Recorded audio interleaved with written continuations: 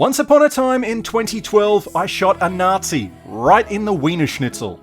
To my surprise, delight, and also pain by proxy, an X-ray kill cam then showed me his taters exploding. Vividly, I can recall saying to nobody in particular, "Holy crap, this is never gonna get old." Fast forward 10 years, 3 sequels, 1 remastering, 4 zombie spin-offs, plus 1 VR experience later, and yeah, Sniper Elite is starting to get old. The stuff around the kill cam, I mean. If anything, playing Discount Surgeon has become even gorier and extra satisfying.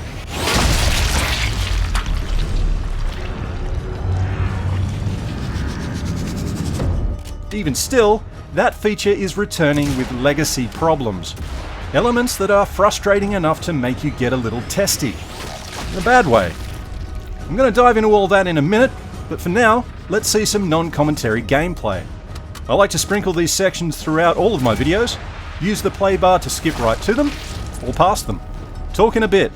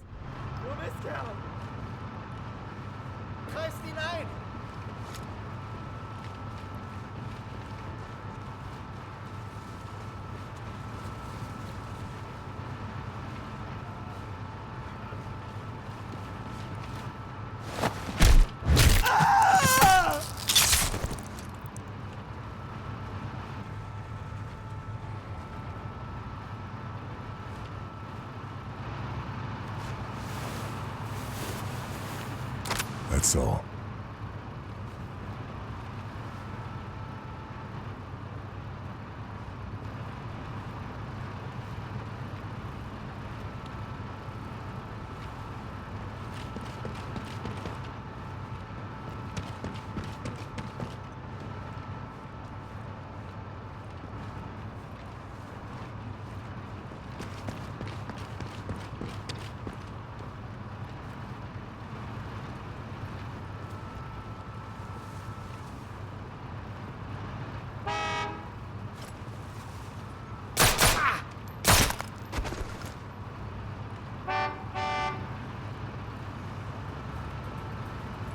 As the game's logo is already spoiled, this 5th outing takes place in France, 1944.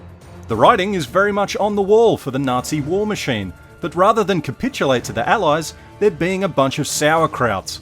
More specifically, they're in the final stages of unveiling some wunderbar, table-turning weapon called Project Kraken.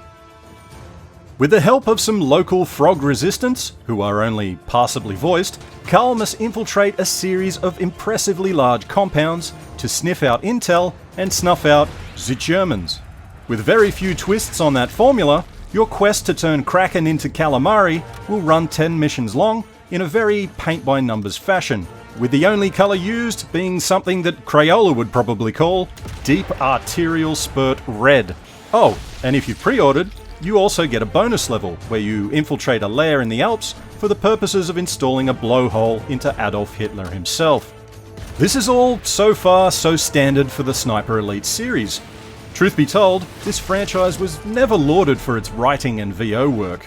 The narrative on offer is about as utilitarian as a Jeep. It just shuffles you from point A to B to C. That guy over there? Yeah, go turn his head into a canoe. All that being said, Sniper Elite 5 does have a few new tricks up its turtleneck, in the form of new mechanic wrinkles and some exciting new modes. and I'm going to take aim at those in just 1 second.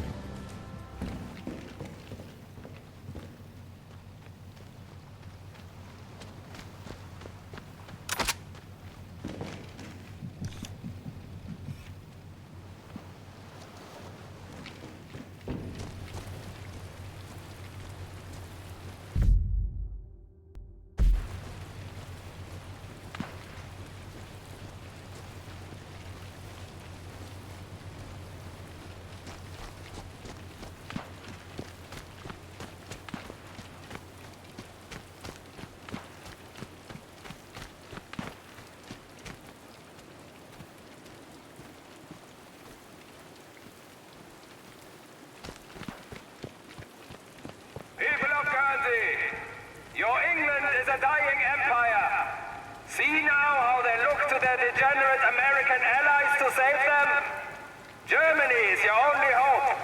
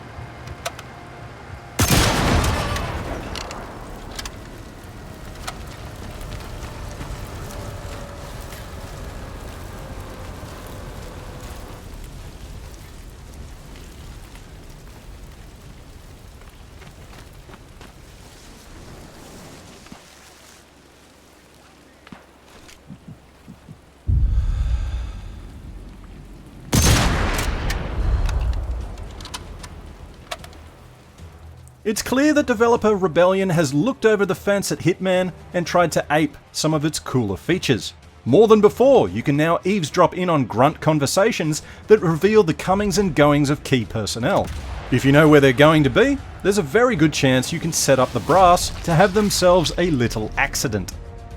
You might use the sound of an aircraft, boat, or sabotaged generator to mask a shot into a poorly cemented gargoyle sitting overhead.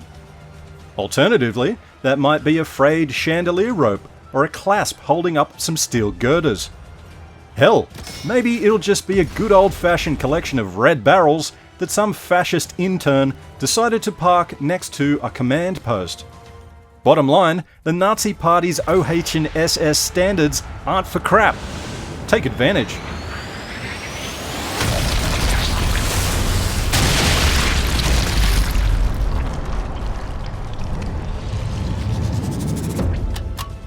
To support this increase in player choice, level size has not only been broadened significantly, it also supports multiple extraction points and unlockable infiltration points to let you retry later on from a different angle.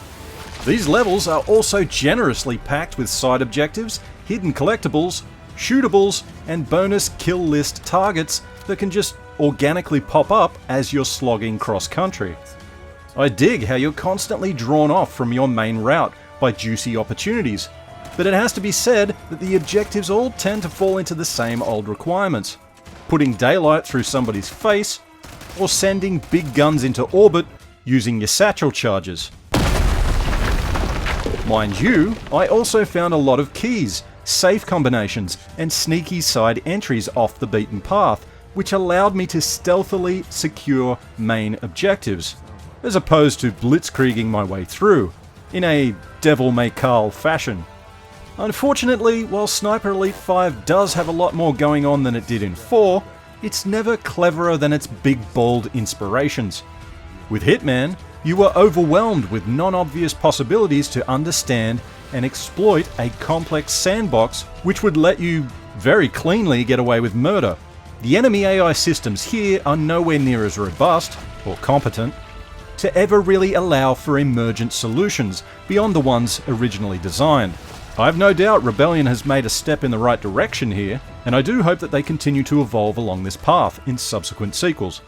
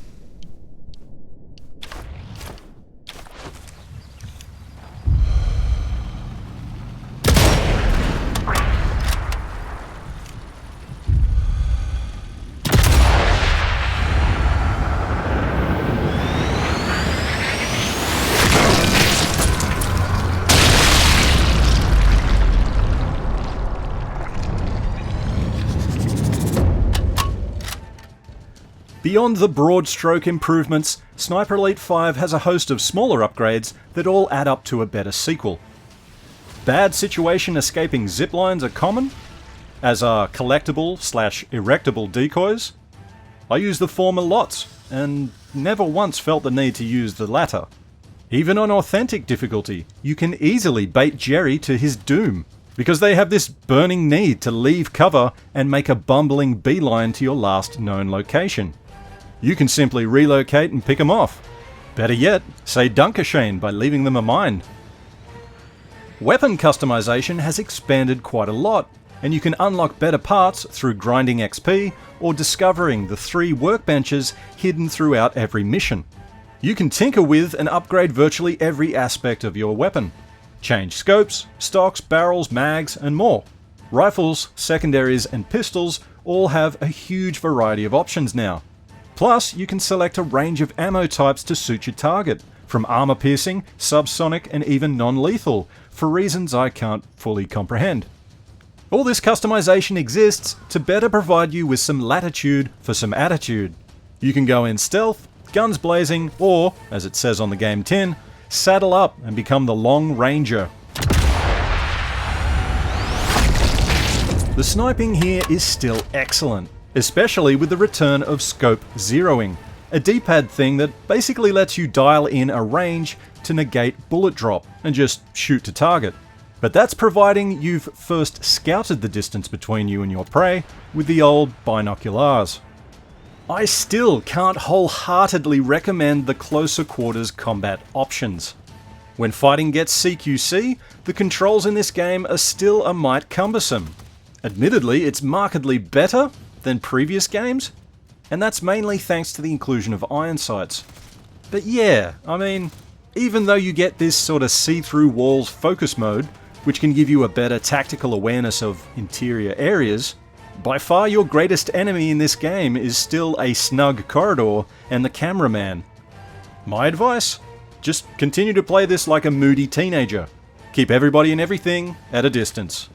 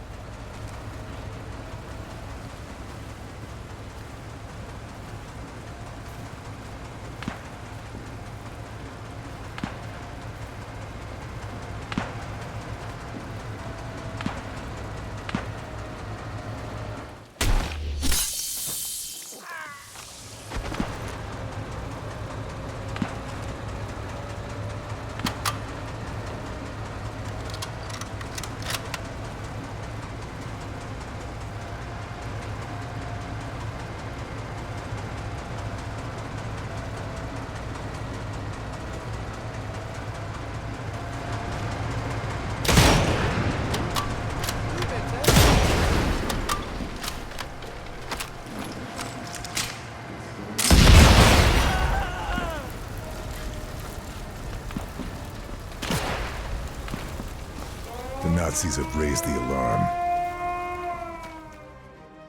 Like the last game, the entire campaign can be played through in 2-player co-op, which is easily the best way to play this thing. By far the most exciting new inclusion, and sadly it's one I've had very limited exposure to because the servers are in pre-launch, is the totally optional Invasion mode. It's essentially Dark Souls meets Big Holes in the back of your head, because some jerk has materialized in your world as an Axis sniper, and they've used the AI, by tagging them to heighten their awareness, as a means to discern your location, and they've ambushed you. Conversely, the hunted can become the hunter by interacting with special invasion telephones to get a fix on an invader. The downside? Overusing these can figuratively backfire on you by sometimes revealing your own position. It can also literally backfire, because that invading prick has booby-trapped it with explosives.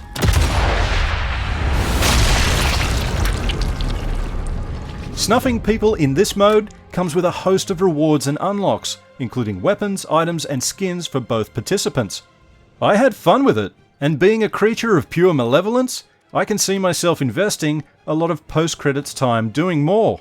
Speaking of longevity increases, adversarial multiplayer, the most criminally underloved element of this franchise, returns as well. Once again, I had limited chances to sample this, but what I did see was very encouraging stuff that's probably in no danger of dethroning the CODs or battlefields of this world. That's especially true of the fairly vanilla modes like Deathmatch, 8v8 Team Deathmatch, and squad matches of 4 teams of 4. All that being said, you don't need an X-ray vision to know that I have a soft spot in the subcockles of my heart for the franchise unique mode called No Cross. Think 2 teams separated by a line that cannot be traversed. Victory is determined by combined kill distance, as opposed to sheer body count. It's the gaming equivalent of your local sportsman's outdoors superstore. A bloody camper's paradise. So let's scope the pros and cons. On the iffy side of things, Sniper Elite 5 did irk me in the areas I kind of expected it to. Serviceable but uninspiring storytelling, and that AI. For starters, when they're under fire, they lack a certain terror.